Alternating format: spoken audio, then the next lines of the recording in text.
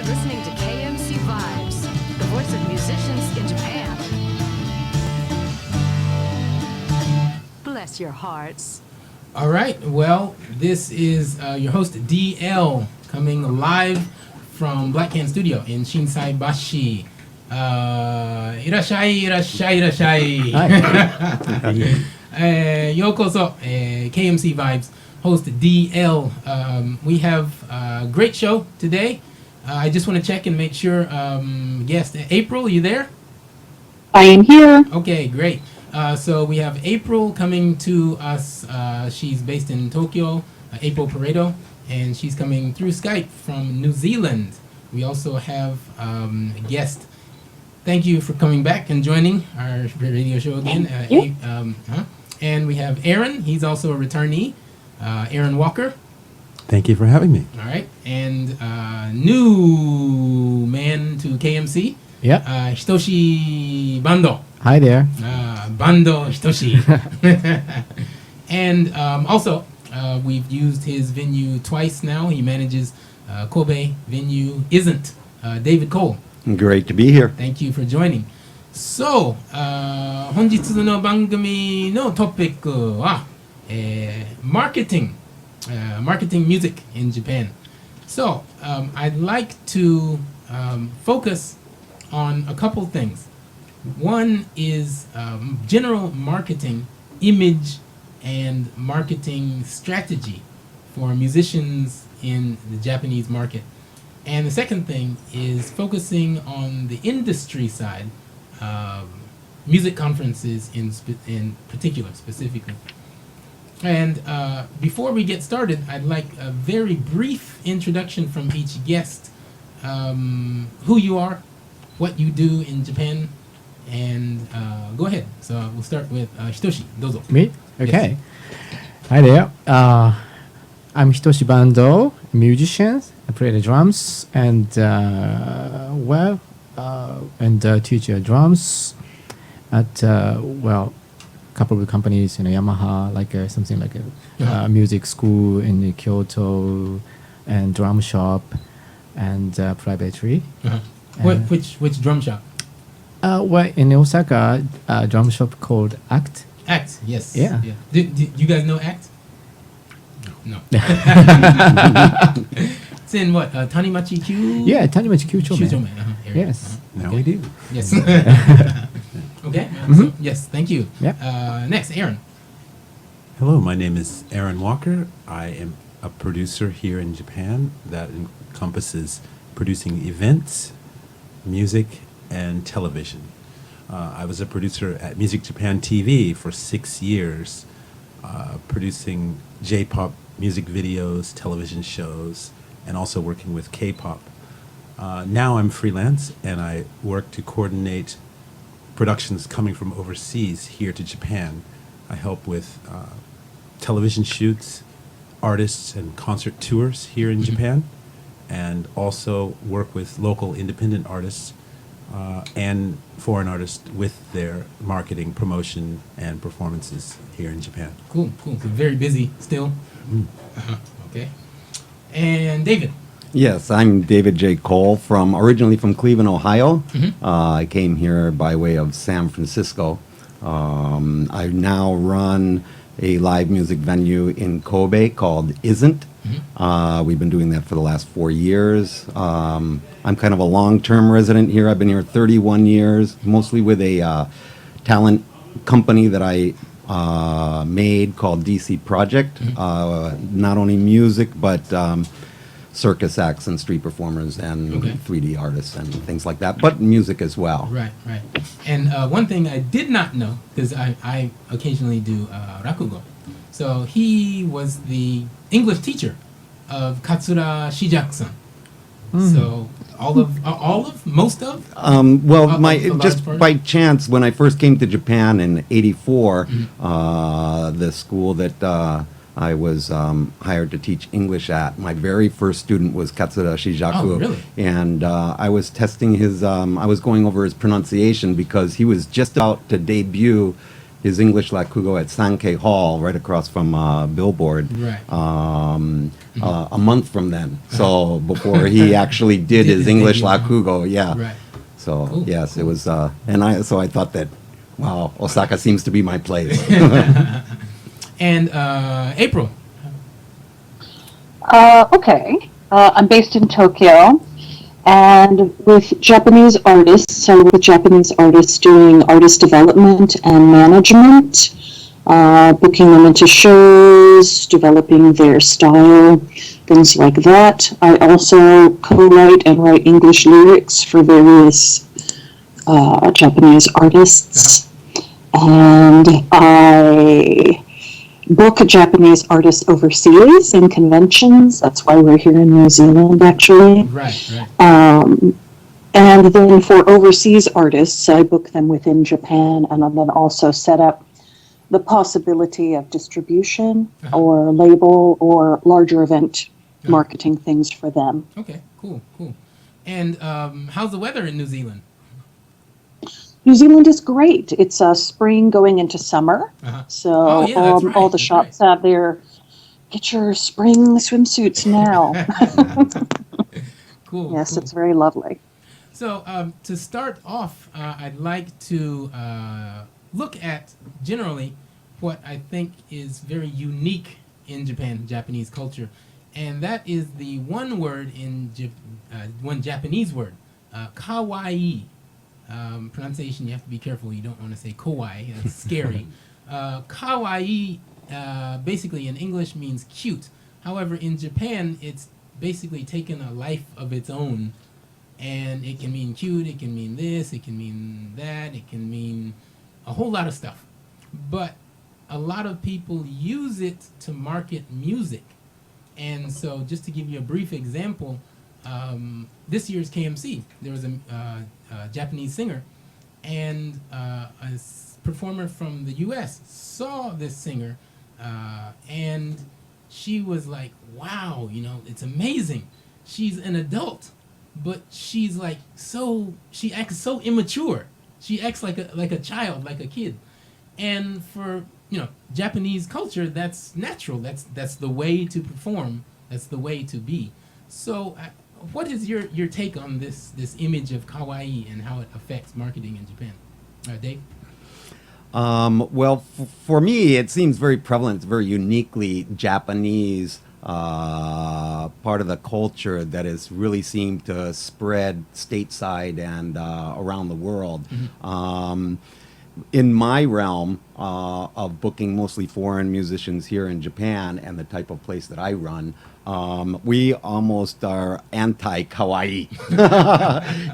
There's very few opportunities for me to book somebody like that. Most of my stuff is at some of the five-star hotels or the jazz bands or the sophistication of it. But I do see how prevalent it is in Japan. Sure. And not only that, but with the spread of the Japanese culture around the world. How it's that something aspect is spreading. yeah, well, it's very uniquely, Japanese, I think, right. so that, it's become kind of a sales point, and it definitely had a big impact. Especially with the younger generation. I think the younger generation of even foreigners living in Japan, I think that they were raised on the internet, they were raised on anime, and so it's really had an appeal. I think that 10, 15 years ago, with my generation, it goes back a little bit further than that, but the analog generation, shall we say, it was looked as a kind of immature, but now it's got more of a cool vibe to it from the younger generation that has come up, raised on the internet. Well, April, since you're in New Zealand, have you seen any of that aspect in New Zealand, kind of like marketing Japanese culture? Well, Japan itself seems to like to market itself as cute with their cute ambassadors that go around. But at least at this convention and other conventions I've been at, cute isn't actually what they want. Okay. Be it in Portland or here. Right.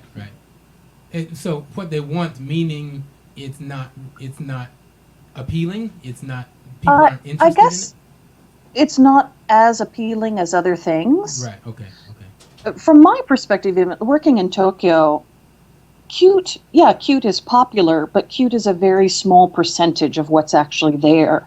It's just what gets pushed more, and more money is behind it because the labels think they can sell cute better overseas because I don't know, I think they have a self-confidence problem and they feel we can't sell our quality rock overseas because everyone overseas expects Japan to be cute or weird. So they put more money behind it. Aaron, your take? Yeah, interesting view from April there. And I think that, as she was saying, when Japanese artists are marketed overseas, for example, if you have a Japanese rock artist, he can never be as tough as a real punk artist. Manly. Yeah, as a real punk artist from, New Jersey or, the rock image here has just been a copy of what's come out of the West for years and years. So cute is marketed to the world, thinking that it will be easily picked up or adopted by fans. But of course, like April was saying, that's not always what the people want. Now, living here in Japan, if you're a foreign artist wanting to market yourself in Japan, I think there's no room for being in between. You either have to be extremely cute trying to market yourself here in Japan, or you have to be extremely confident and strong. Tough. Like you have to come as a Beyonce, or you have to come as a who else do we have over here? as a Tupac. You have to be that hardcore tough, or you have to be extremely cute. There's no room for anything in the middle. Well, kawaii. It's just it's a part of our culture, and at the same time, it's kind of hard to figure out, the meaning of the, because I'm Japanese, and so maybe different perspective. And well, I think we love the kawaii stuff, and we can see it anywhere, and especially in the music business. As you guys know, the girls, the unit, like AKB, or and a dozen of the other. I know that it's very became popular, right? So I think it's kind of like a passport, like wherever you want to go. In the business. Okay, but they are really real kids, girls. So they have a limitation. The age of the so. As far as joining the group. Yeah. So well, it's just a problem, but it's very powerful, and we love the kawaii stuff.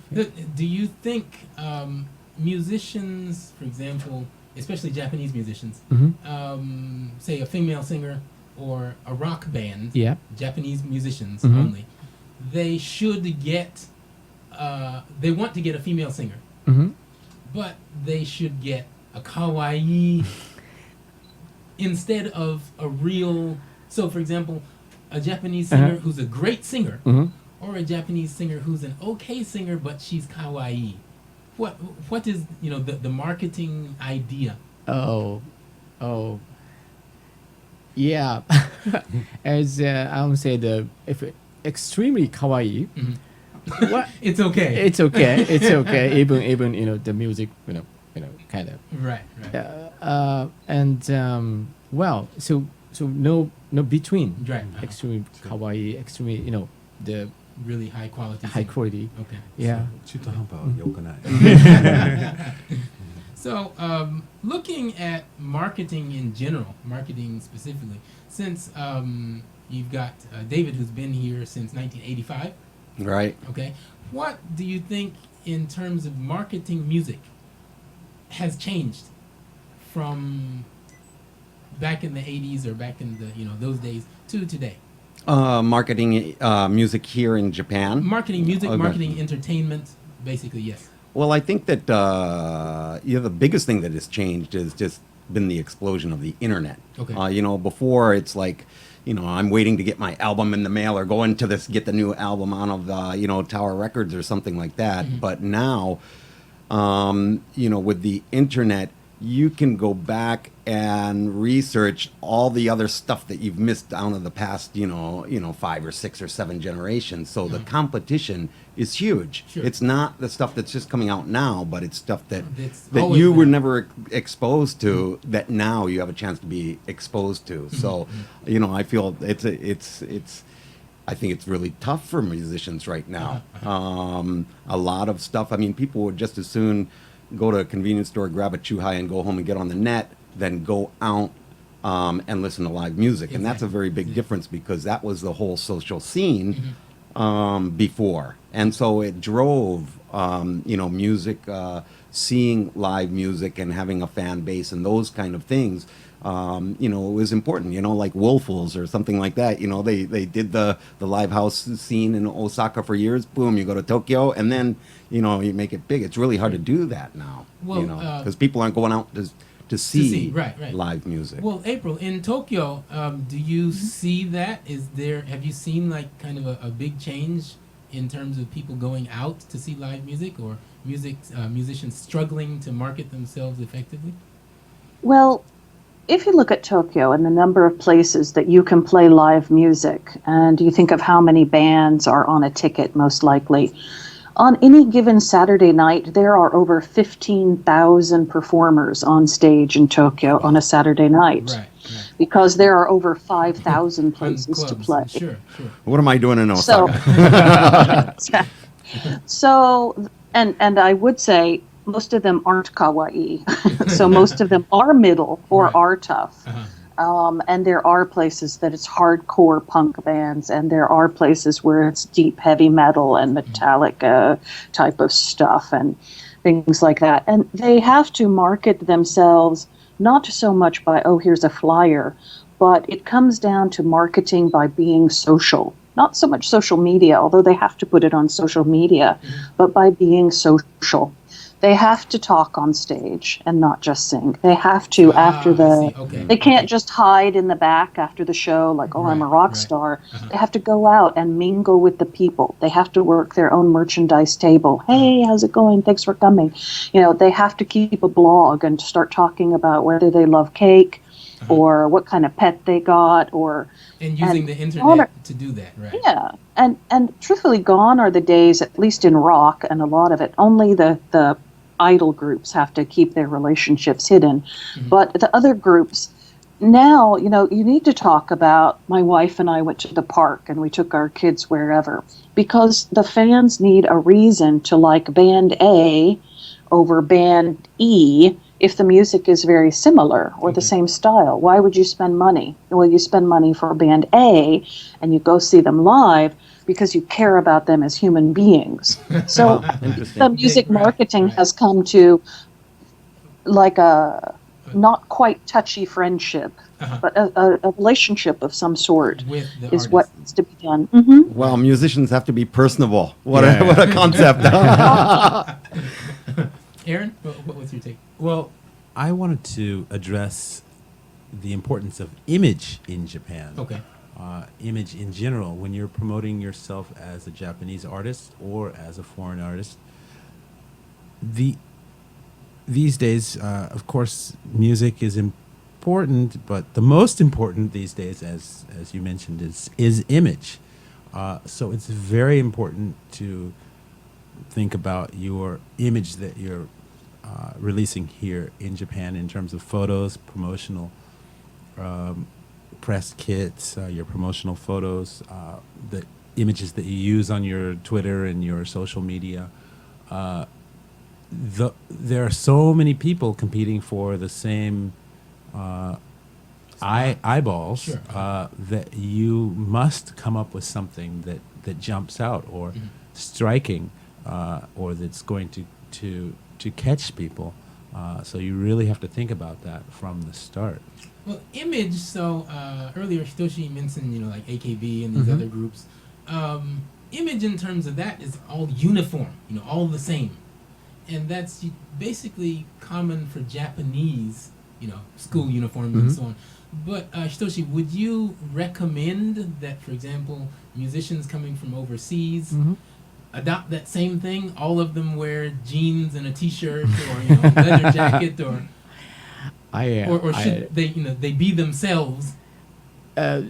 So outfit like a in general, general appearance and well, I don't think it's a kind of an Asian original the uniform kind of stuff, right? So maybe it's they don't have to be there.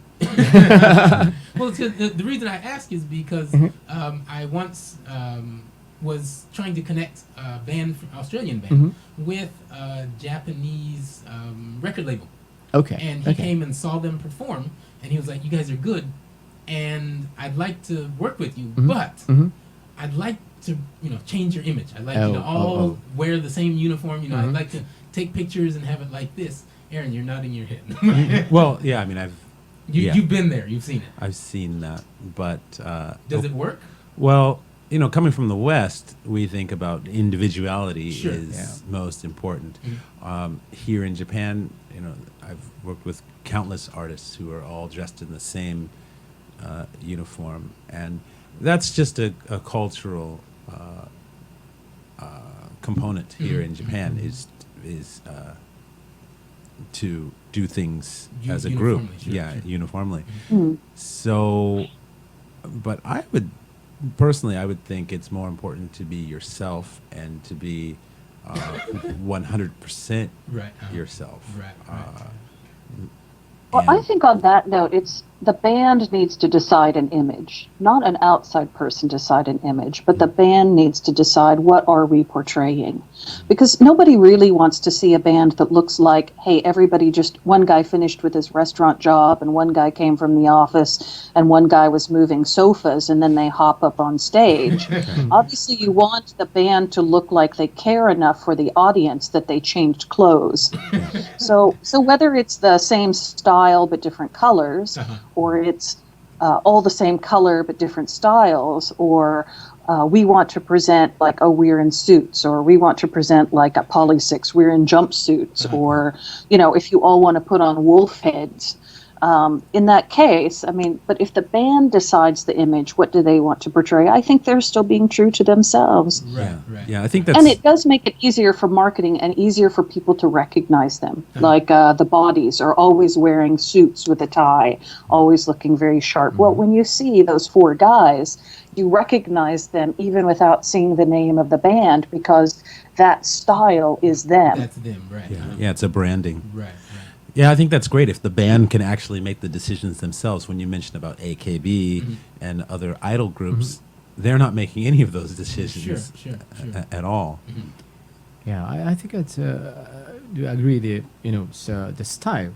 It's I think it's different from the everyone wears the same clothes. The style it means to me like a rock band. It has the rock feet. Vibe and metal things and hip hop artists. And I don't know much about hip hop, but like wearing the cap. Whatever. Sure. The So that will work. Yeah. Dave? I want to put in there with the idol groups, AKB or whatnot, they aren't bands. No one in the music industry considers them music bands. They're an entertainment group. However, yes, that is true. Yes, they make money, and they're a small percentage, but we can't really say other bands compared to idol groups. That's a manufactured thing that's completely something else. It shouldn't be what other bands do. It shouldn't be how Japanese music is judged, because that is a thing of itself. I mean, even King Records, they have AKB, but look at all the great bands that they can fund by that horrific group, AKB, by that manufactured item. Right. Well, I understand, and we probably all agree. However, your general music fan will call them a music group. And in Japan, music The group. general music fan wouldn't. The general music fan would say they're not a group, but the idol fan will say they're a group. And they're different people. Okay, David, can you explain that difference? Do you Explain there. Well, actually, I'm from a different kind of strata. Right now, we've Right. been talking about, the very popular bands. I'm more of the local scene and Okay. what's happening. Okay. Amateur musicians that are starting to go pro, or people that are making a living playing music, and they want to become famous. They want to put out their CD or things like that. Right. I find a lot of people, asking opinions of people that have been here a long time. What do you think that we should do? Right, You right, know, right, and on the other side, running a live music venue, it's like, wow, you guys would be great, but why don't you guys change your T-shirts and on that level? Right, right, I mean, right. people do need when they're growing. It's Sure, at least sure. in my Area, realm, sure. of doing events, expo events, things Mm-hmm. like that. I spend a lot of my time directing, Advising? and Okay. directing for sure. And especially when you turn musicians from the States over to Japan, any artist, there's certain cultural things that, the meetings, the having a beginning, middle, and end, introducing yourself, certain things that maybe you wouldn't do in the States, Sure, those kind of things. How not to be on stage and somebody in the audience goes, "Ooh, did he really just pick that up off the floor?" That kind of thing.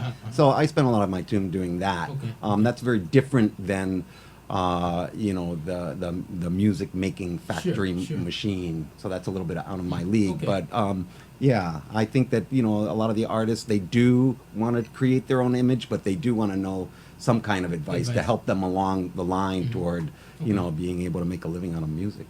Well, April, for the musicians, so you do work with some musicians from foreign countries, and they perform in Japan, correct?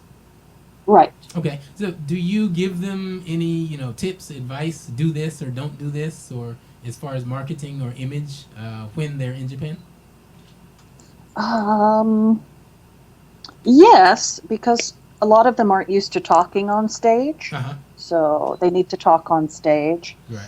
Some of the ones with an attitude aren't used to going to work their own merch table. Uh-huh. They always have like a friend do it. You Right. have to counsel them Uh-huh. to do that. Right. And as far as image, well, the bands that are good, I mean, truthfully, a good band anywhere from their UK or America, Australia, Mexico, they realize you shouldn't hop up on stage in the same dirty T-shirt. Right. I mean, the Beatles were in suits. So I think that a good band growing knows they have to portray something out there. So you don't have to do that. But there have been some bands you kind of have to say, let's be a little more cohesive. Right. The guy wearing the purple plaid jumpsuit, but this guy wearing jeans and T-shirt doesn't really fly. Which one would you prefer? Right. Okay. Okay. Let's get it together. Aaron, so you work with more high-level professional musicians, acts that come over. Sure. Do you find any that want to have an image that you think doesn't really fit? They may be successful, but you think maybe if they change their image a little bit, they could be more successful? Sure. Yeah, I see that all the time. Right. A recent example was this past summer, Summer Sonic, which is a big festival here. In Osaka and Tokyo. Osaka and Tokyo. Right. One group who I was advising, who is becoming popular here in Japan now. They're originally from the States. And just as David was saying, there are small things that are just some small things that just don't quite work here. And they asked me to give them some advice about that just before they did their Yes, on stage, first show. And their first show ever was here in Osaka on the main stage, Summer Sonic, one of the big stages. And so I was able to tell them some small things. I mean, they had from little things like the pronunciation of they were Japanese. saying karaoke, sure. and No one's gonna understand. and I said, yeah, no one's gonna. That's one of your big songs, and you have that in there, but no one's gonna understand if you pronounce it that way. So try to change it just a little bit Right. for this, and they were like, yeah, and so they were open to Okay. because those big bands, they want to Grow. they want to grow, they want to be taken up quickly here in Japan, so they're open to listen to those types of suggestions. Okay. Exactly. Hitoshi, any comments? Well, oh, no. No. Well, There's another thing that I on just expanding on what Aaron said is the time to clap is when everybody knows it's the time to clap. One of the things that I realize when you see in a concert a Japanese artist, even if it's a smaller crowd or something at Zepp Hall or something, they can have this rocking show because they know how to pull the right, push the right buttons and pull the strings, and you can have Aerosmith or somebody at Osaka Dome, and it won't be as loud because of that, knowing how to, the Japanese audience want to know when they're supposed to do something, and being able to advise people on how that works. Can really make one of the things I say to performers, whether it's a musician or anybody, it's like, first of all, don't be freaked out about not getting the feedback, because a lot of people say that, wow, that was a great thing, they feed off the audience and they just don't quite get it here. It's like it takes a little bit of time. One of the things, like you said, introduce yourself, speak Japanese on stage, as Apryl said, make some kind of connection with the audience and make it obvious when they're supposed to do something. I mean, there is a little bit of that as well. Sure. I'd like to very briefly do a quick shout out, quick ad. So last fall, I was co-author of a book, KMC sponsored book. Thanks to Aaron and Apryl and KMC artists performing in Japan, co-authored by Alexander Michelson, who's also KMC related. So we put out an ebook that gives all kinds of advice, useful tips, information about the Japanese market and about what musicians can do, not just musicians overseas, but musicians also living in Japan can do to learn about the market, learn about places to play, how to perform, how to behave on stage, etiquette, different things about the market that I think has really helped the people that have bought it. Anyone's interested, it's in English only. It's an ebook. You can find it through the KMC website, kansaimusicconference.com/ebook. It's for sale on Amazon, iBook, and Lulu.com, as well as Rakuten and Kobo. So, and it's very, very cheap price, under $10 US. It provides a lot of advice and a lot of information that we're mentioning here. As I told David, I wish I'd gotten his advice for the book. We'll get it next time. Thanks. And going back, so I'd like to turn a little bit and look at kind of an industry aspect of marketing. Apryl, to be direct, why are you in New Zealand? Well, because here's an event that this particular event is quite interesting. It's not just anime, it's anime, game, science fiction, and comics. We're the only people from Japan, but they have actors from well-known science fiction shows and movies here. They have various comic book artists and things like that. But because, the rise of anime music, which, this particular singer is not kawaii in an outfit, but more strong rock voice, they want to hear the actual music, or they want to be part of the scene. So that's why we're here. Okay.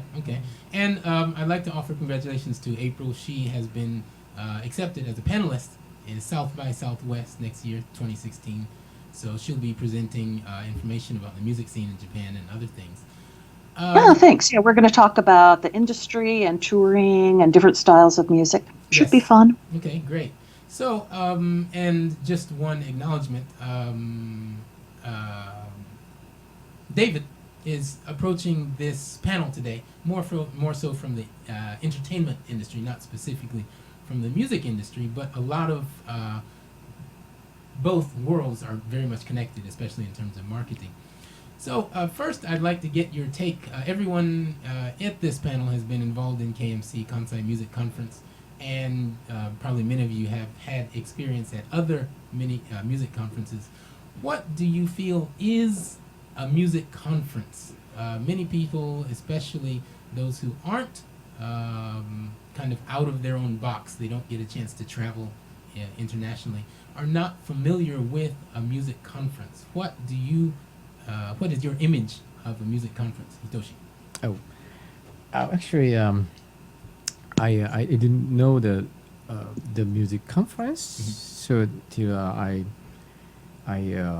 performed at last month and at the music conference. Yes. And my friend's drummer Eric, Weigman, right? yeah, asking me to join that. And well, it's a kind of a musician stuff. And hey, you have time to play the drums? Yeah, okay. Oh, you play? Yeah, I do. And so I didn't know that there was conference, And I did the show, and oh, this is a show, you said? Oh, yeah. And after that, I knew that it's a part of the huge, the whole conference. And oh, that's it. And the last night I watched it through the it's YouTube and music conference. Yes. And outside of the Japan stuff, and it was so great and huge, big party things. Sure. And so well, it's just my I'm like a feel like a baby and learning. learning. But basically, it's like a large yes event kind of thing. event and Okay. yes. Okay. Now, Aaron. Sure, I've been familiar with music conferences from way back in the day, in the late 80s, very early 90s, around 89, 90, there was the whole South by Southwest and North by Northwest franchise. East. No, they had North by Northwest at that time. Yeah, that's right. That's right. And I attended Both. those conferences, so I have been familiar with it since the beginning, and it seemed like a natural thing in the West, in America, bringing together the business side directly with the artist, giving artists access to speak with and learn, speak with the members of the industry directly. Other organizations such as ASCAP, American Society of Composers and Authors, they had this kind of conference before, but then when South by Southwest started up, it just opened the door to everyone being able to access record companies, doing showcases, having learning directly from the people that were really doing it in the industry at the conferences and workshops. Right. So yeah, I've been familiar with it, and but coming here to Japan, there wasn't anything like that. Working with KMC has been a great thing because I really believe in this type of access. I mean, it's been very beneficial in my life, and I would hope that it could be beneficial to people here in Japan. But as we will probably talk about from now, for some reason, it just I don't know. It's like something new or from outer space to Japan. I don't know if that has to do with the fact that you have these AKB groups and that kind of thing, to where you generally get to touch the man behind the curtain. You don't touch the people that are pulling the strings. They're like a separate world. Music conferences bring, Everyone they together. lift the curtain on everything. So I don't know if I'm not sure where the resistance comes, but I don't know if there's so much resistance as just people not being aware that they're able to actually reach the people behind the curtain. Well, April, you work in the city of the curtain. what do you think? The Emerald City. Well, I think, we think of conferences as kind of part music festival for audience to discover new music or see their favorite band that's there. Mm-hmm. We also think of it as kind of industry seminar for networking and things like that. So the industry itself can network together and maybe they can see bands either that they're already working with and they can see audience reaction, or they can perhaps see new bands. For me, having worked here for several years and knowing people in the industry, I think the reason is because they don't need it. Because, for instance, Minami Wheel was in Osaka, a couple weeks ago, 3 weeks ago, something like that. Huge music festival. Bunches of managers and distribution people went to the festival. So they go to festivals, so they don't feel the need for a conference. If they want to see a band, their friend that owns 10 live houses calls them and says, hey, I've got some good bands playing Friday, do you want to come? And they come. If they want to network together, they just network together. For instance, just as if I want to chat with a bunch of industry people, I email them and I say, hey, can you get together for dinner 3 weeks from now on a Friday? I email the 10 people I want to talk to. I tell them who else I invited. Then 6 of them probably say, yeah, let's get together, because it's much more long-term relationship. I don't think that Japan really wants the, hi, how are you? I've never met you before. Let me see your band. They don't like that. They like to build it up, and they don't feel it's needed. Of course, the upper level, they go to meet them. They go to South by Southwest. It's not like they don't know what a conference is. Sure. It's just that within Japan, they don't feel it's needed. They feel like, I don't want to go on August 7th. I want to go see them July 25th, so I'll go where that band is July 25th. Or I'll meet you for drinks on July 27th, because August 15th, when the conference is, isn't good for me.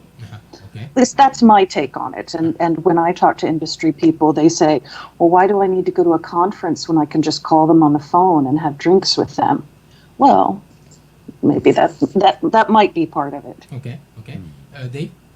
Well, actually, my first music conference is first. Thank you very much for always choosing our venue in Kobe as one of the satellite venues. We've been able to see a lot of different artists that we would not have the opportunity to see other show. ones. Yeah, Sure. Goodbye Motel, for example, that are now in New York. Yes, thank you very much for that. I have been mostly in my past, for example, the World Performance Festival at Temposan. I was the booking agent and judge for that for 15 years. Okay. I've been a little bit more involved in the circus arts or the other kind of performing arts, Sure. And there's there's conferences and festivals in other disciplines as well. Sure. I think that to me a conference is a place where there are showcases and a place where workshops where the artist, to attract the artist to the conference as well, is that how can I learn, how can I become better. But the difference maybe perhaps in the circus arts is that there's a lot of different disciplines. A lot of people that are jugglers, they want to learn tap dancing, and they can kind of expand their abilities, whereas maybe in music people are trying to focus on their and raise their Sure. ability rather than learning something new. Sure. Perhaps that's not true, but for the music conference, it was very interesting for me to see, and I think it's something that, at least from the musician standpoint, that I think the musicians are very happy that Right. you had started the Right. conference. Right. The next question is to take what April said and Put it find a way to make it relevant or something that other people in the industry would be interested in. Well, so I'd like to touch on basically, I think, what everyone has said, and I think really put it all together with what April said, because April, you are speaking mainly from the perspective of the industry, what they want to connect, when they want to connect. And as what Dave's talking about, more so from the musician sides, KMC was created to bring them both together as a real music conference does in other countries. So in Japan, sure, the industry, they can, go see a band, they can contact other industry, but when and how can musicians who are performing in, club XYZ ever get a chance to contact directly to the industry? So Well, they need to have a manager, and then that manager contacts the industry because, well, the manager is part of the industry. Exactly. But a distributor and a label, they don't want to talk directly to a band. And that's the difference. Almost never in do. Japan. But see, that's the thing that here, but that's cultural. I mean, do we need to change it? Is it really that bad that that's the way it is? Well, Because you think about it, you walk up to a guy that's at P-Vine label and you're a band and you say, "Did you love my band?" Well, you have Japanese culture that doesn't like to be direct. So does the guy lie and say, "Yeah, you were great"? Or does he tell the truth, which is very uncomfortable to say, "Really, you guys suck"? So they like to have that middleman there so that P-Vine label can tell the manager, "Your band isn't any good," because they're willing to tell the manager, "Now you, the manager, go tell your band what they need to do to get better." I mean, they just don't want to be direct. They don't want that direct confrontation. And you know how artists get. "You just don't understand me. I'm the best band ever." They don't want to hear a label tell them they're not, and the label doesn't want the argument with the band either. Aaron? So that's why they need a manager. Okay. Yeah, no, I agree with what April is saying. At the same time, I know how beneficial it's been to have that access, the two-way conversation between the artists and the industry. I know it from both sides. When I mentioned I went to my first South by Southwest type events, I was on the songwriter-publisher side, and I was able to access directly to major label people at Capitol and Warner and all these places. We had demo listening sessions. We had licensing workshops. Those opportunities were huge for me in my life at that time, and ended up being beneficial to the industry people as well, because they wouldn't have met me any other way if I would have had to go through my attorney and another agent and a manager to get a demo tape to them. When they heard my demo directly there at I played a demo that I was working on, which ended up being released as a major label single later, but I played the demo of it in a demo listening session. Right after it was over, a group of industry people circled around me and said, "That was the best thing that we've heard. How can we get in touch with you? Who are you? What is this?" The biggest thing was Capitol Records. Loved what I did, and then it started a whole long negotiation and a kind of a war between Capitol and WEA, Warner Electric Atlantic. Sure. And then in the end, Capitol, I went with WEA and with Atlantic with that song, and none of that would have happened if I hadn't had that door open. Sure. with the conference. Sure. However, I do understand what April was saying about the cultural component here.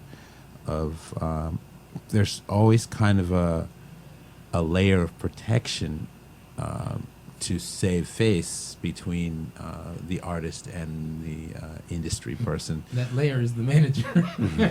Yeah, well, sometimes not just the manager. Sometimes it will be the manager and then their friend and then the friend of a friend. And so it might be several layers at times. Then you have... so I do understand that, but I think that a conference is an important thing as well, and I hope that it will become something that's more that becomes more regular, more prevalent here in Japan. I'm not saying everyone has to participate or everyone doesn't have to believe in it, but at least the people that give it an opportunity. Yeah, give it an opportunity. At least the people that want to give it a try, doors will be open for both sides. I mean, the KMC, I'm not working so much from the artist point of view now. I work as an industry person, and I have for the last 10 years here in Japan. And KMC alone has been invaluable to me. I've connected with so many people that I never would have connected with. I've given people here opportunities playing their music videos from the States on Music Japan TV, on television here, nationwide broadcasts here in Japan that they would have never gotten any other way. And then artists that I meet each year at KMC events have turned into other business opportunities for me as well. So it's been great. Yeah. I wanted to add one thing. Sure. Here in Tokyo, and maybe they do them in Osaka also, I know that at least 4 times a month, and it depends on the organization and who, but at least 4 times a month, an industry person will host a demo pitch or an artist pitch. And they are a label or they are a distributor. And they post up a thing on Facebook and they advertise, hey, I'll take 20 people, sign up and show up with your CD and I'll listen to you and I will give you that advice. Right. And that happens. I'm saying 4, and that's what I can do just from Japanese and Google Translate. People that are fluent in Japanese could probably list 5 or 8 more. So I think on a regular basis, within Tokyo at least, there are many opportunities for people to get a few minutes time to pitch their demo or pitch their band at a time maybe and location that's accessible for everybody. Because one industry person with 10 artists is much more comfortable than 100 or a huge audience or having to say everything in front of them. So I won't say that the are not there at all. It's under a huge conference thing isn't quite comfortable. Okay. April, check your signal. You're kind of cutting in and out just a little bit. Sorry. So I'd like to close this segment or close this panel with simple. If I don't want to put anybody on the spot, but if you can, it could be a possible wrap up of what we've already said, or if you have your own opinion. Any musicians who are listening out there, be they jazz musicians, gospel, rock, and they're either in Japan performing or they're thinking about coming to Japan to perform, what would be your advice on the best way for them to either market themselves or to approach marketing? Start with David. Great. Well, I think for by people coming from abroad, that's a tough one for me to handle. I think I'll pass on that to Aaron. For me, basically the people that are here in Japan trying to make a living making music, or they want to do more gigs. I do a lot of the expos and things like that, and to market themselves really as a little bit what April said before was, your fan base and making that kind of connection. There's a lot of people that don't do that extra effort of it. Yeah, it's not just the music. You have to make that connection with your audience and promote yourself. A lot of people are looking for a promoter. Hey, will you promote us? I mean, if you're not there as well, that's good. You've got to do that. You got to as well. Yeah. And the other thing that I think that is important here in Japan is be humble. Just that to me, taking the chip off your shoulder or taking that down a notch. Sometimes I've seen a lot of people shoot themselves in the foot, by the, your work ethic and your attitude is really important, I think. Okay, great, thank you. Aaron? Yeah, I would say it's most important to understand that no one is waiting for you here in Japan. You know exactly what I mean. I've had many foreign groups say to me, "Oh, yeah, I'll approach it from the foreign artists groups, trying to market themselves here in Japan." Uh-huh. I've had many artists say to me, "Well, they'll love us in Japan. They'll love us. Oh, the Japanese, they'll love this, won't they? Sure. Won't they? Won't they?" They might eventually, but for your first time over to Japan, no one is waiting for you. You must. You got to put in. Yeah, the, you got to work put in just the like work. everybody else. You must do the networking. Use if your resources are limited financially and you don't have the money to travel over here and to make connections face to face. Use the internet. Start building your connections and your base. Do some kind of a trade-off with another band that's already based here, to where you'll help them if they come over to the States or another country, and they'll help you when you come here. That Sure. can go a long way and doesn't cost either group any money at all. Get Dwayne's book and make sure you read up on that. There's a lot of, Unfair bonus points. a lot of good information in there that could really give you a head start on coming over here, and like I was saying before, make sure that you have all of your ducks in a row with first having a great image, making a great demo that you don't have to make excuses about, like, oh, well, this part we were going to change the guitar here and this and that. It should just be, here we are, bam.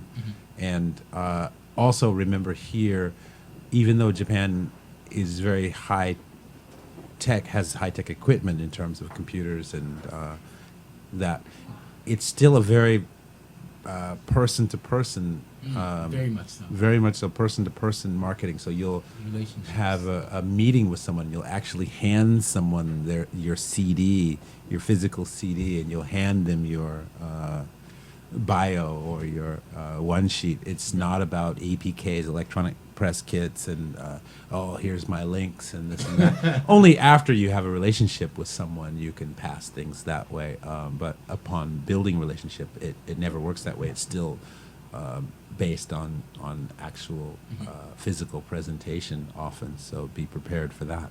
Okay, thank you. April.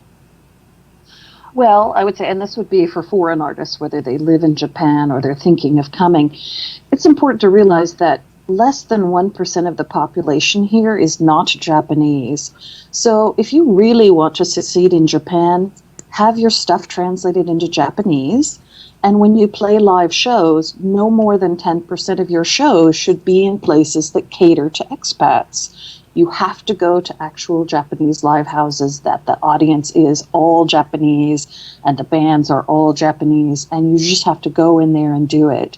Because if you stay within what's your comfort zone of, oh, well, they speak English here, you aren't actually going to succeed in this country. You'll have a nice time, but it's not success. Right. Very good advice. Yes. Yeah. It kind of goes along with that whole immersion. If you go to a foreign country to experience that foreign culture, jump in. Yeah. Don't just take off your sandals and stand in the water. Hitoshi. Well, I think it's almost same things. To make a great connection with the people who they, the place in Kansai. Sure. I'm talking to Kansai, and make a demo and go to see the live house, music club, and to see the person who runs the great live house. Thank you very much. Yeah, you can say the name. Yeah. Or isn't it? And I think it's there isn't so many managers, the producers, compared to the maybe in the States and maybe Tokyo. So we usually generally made a connection directly to the owner or maybe for the venue. Yeah, venue. So it's very important and yeah. Okay, good. Thank you. And my advice, Aaron stole my thunder. Buy the book. But I mean, it's 140 something pages of useful phrases in Japanese, advice from musicians, KMC musicians who've attended KMC.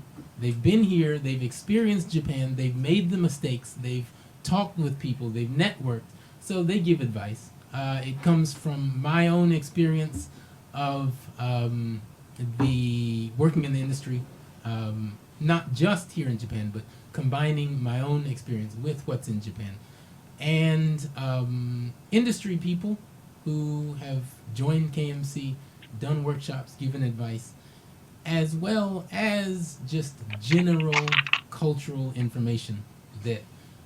So, for example, a simple thing. When you come and perform on stage and you're drinking water, typical Japanese behavior is to do what? Turn and don't face the audience when you drink water. Face the back of the stage and then turn around. So some things that foreigners or musicians from other countries may come and do, but Japanese audiences may see them as being rude, you instantly start losing fans. You don't make fans. So those types of things are in the book. The book is called Performing in Japan, the guide to the world's largest music industry, music market. And I'd like to thank everyone. Apryl, thank you for taking time. Thank you. And good luck. Have a safe trip back. We'll try. David, thank you for taking your time out. It was a great pleasure. Great. Aaron, thank you as well. Thank you for having me.